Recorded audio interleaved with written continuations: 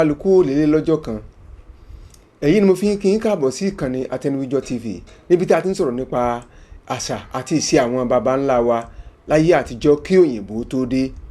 Tí a wá fẹ́ gbéyẹ̀wò lénìí ó ní iṣẹ́ àwọn ìyá ńlá wa láyé àtijọ́. Iṣẹ́ wo ni iṣẹ́ epo fífọ̀ ó ní a fẹ́ gbéyẹ̀wò lónìí. Báwo ni wọ́n ti ń ṣe? Púpọ̀ nínú wa ló dá mọ̀ ṣùgbọ́n a ò mọ̀ bí wọ́n ti ń ṣe. Ǹjẹ́ wọ́n import ẹ̀ ni? Nǹkan tó fi ń ṣe yìí ṣé wọ́n ń gbé wá bá wa ni àbí ọ̀dọ̀ wa ló wà? Báwo ni wọ́n ti ń ṣe? Ó ní a mú wá sí ìkànnì yìí lónìí tí a fẹ́ fi hàn wá. Ẹ máa bá wa bọ̀. Èyí ni òjìgì tọ́mọ fi ń kọ ẹyìn. Òjìgì ní ìsìn tán bá ti mú wọn á so mọ́ ọ̀pẹ. Tán bá ti so mọ́ ọ̀pẹ tán báyìí ní ìsìn á kí ọ̀rọ̀ bọ̀ á máa fi gun òkè lọ títí tá fi gùn débi ọ̀pẹ kó tó di pé a máa lo àáké láti fi kọ́. Ìgbà náà ni yóò tó ṣẹ̀ṣẹ̀ di pé bóyá wọ́n kó ẹyìn dé ibi tí wọ́n ti ṣe tí epo ti jáde. Iṣẹ́ ọkùnrin tó wà ńbẹ̀ ni pé ọkùnrin ló máa gun ọ̀pẹ lọ. Àwọn ni wọ́n máa lọ gé odi ẹyìn yẹn, ìyẹn èso ọ̀pẹ yẹn. Àwọn ni wọ́n máa lọ bá wọn já wá sílẹ̀. Lẹ́yìn ìgbà tí wọ́n bá ti já wá sílẹ̀ tán ni iṣẹ́ obìnrin wá bẹ̀rẹ̀ pẹrẹwu lórí ẹ̀. Àwọn obìnrin ló máa gbé lọ síbi tó máa ti ṣà. Nígbà tí wọ́n bá wọn ṣà tán, àwọn ni wọ́n máa yọ ẹyìn yẹn kúrò lára ohun tí wọ́n ń pè ní ṣọṣọ. Èyí tí wọ́n ṣà yìí òun ni wọ́n ń pè ní ṣọṣọ. Wọ́n á wá yọ ẹyìn yẹn kúrò lára ṣọṣọ yẹn. Ìyẹn ni àwọn bàbá wa máa ń pòwe wípé ìkòkò ò ní gbomi kó gbẹ̀yìn kó tún gba ṣọṣọ.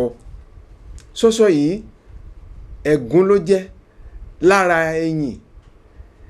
Wọn ò sì lè sè é mọ́ nítorí wípé pàǹtí tún ni.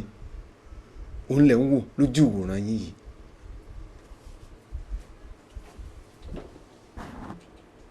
Lẹ́yìn tí wọ́n bá sì tán, tí wọ́n bá yọ ẹyìn kúrò lára ṣọṣọ tán, wọ́n á kó pẹ̀lú tòun ti pàǹtí ẹ̀ lọ sí ibi tí wọ́n ń pè ní ojú àjọ̀. Ojú àjọ̀ ibẹ̀ ni wọ́n ti máa yọ pàǹtí ara ẹ̀ kúrò tí wọ́n máa purify rẹ̀. Wọ́n á sọ di mímọ́. Wọ́n á wá kó sí inú apẹ̀rẹ̀ tàbí nǹkan yòówù tí wọ́n bá máa fi kó lọ. Lẹ́yìn ìgbà tí wọ́n ti kó kúrò ní ojú àjọ̀ yìí, wọ́n á wá kó lọ síbi tí wọ́n ti sè é. Wọ́n á dà sínú goro eléyìí tí àwọn olóyìnbó ń pè ní drum. Lẹ́yìn yìí wọ́n á wá dáná mọ́. Wọ́n á sè é. Wọ́n á máa koná mọ́. Ilẹ̀ yìí náà ń wò yìí. Wọ́n á máa koná mọ́ fún bíi wákàtí 3 kó tó di pé yóò jiná. Ẹ̀yin náà wo wàhálà tí àwọn ìyá wa ń ṣe lórí epo pupa. Kò tí ì tán o, a ti ń tẹ̀síwájú. Nígbà tí wọ́n ti sè é tó ti jiná yìí, lẹ́yìn ìgbà náà ni wọ́n ṣẹ̀ṣẹ̀ wá kó jáde kúrò nínú drum yìí. Wọ́n á wá gbọ́n lọ sí ìdí ẹ̀rọ. A máa gbé báfù sẹ́nu ẹ̀rọ ń bíbà epo yẹn máa jáde. Ibi ìbà ilé ìkúrọ̀ ti ń jáde. Èyí la máa ń gbé yín sí.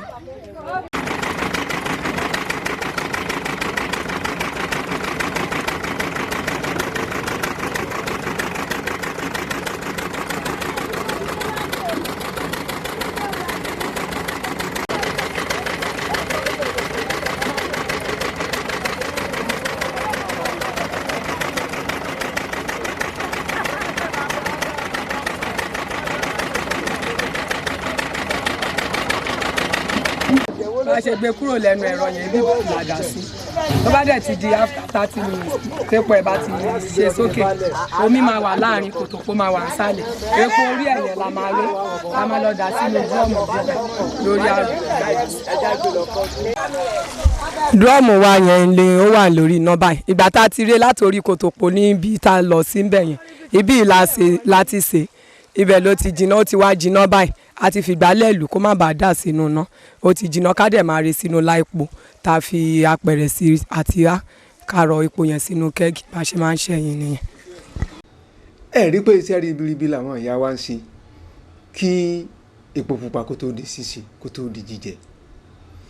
Ẹ wò ó, mo rò pé ó ti rí ọgbọ́n kan àbí méjì kọ́ nínú ohun tí ẹ ti ń wò látàárọ̀.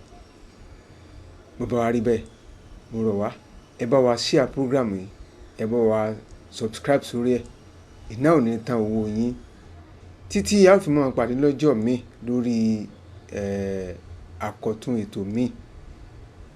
ìkànnì tẹ́ ẹ ti ń wò wá ní Àtẹnujọ TV. Ó dìgbà.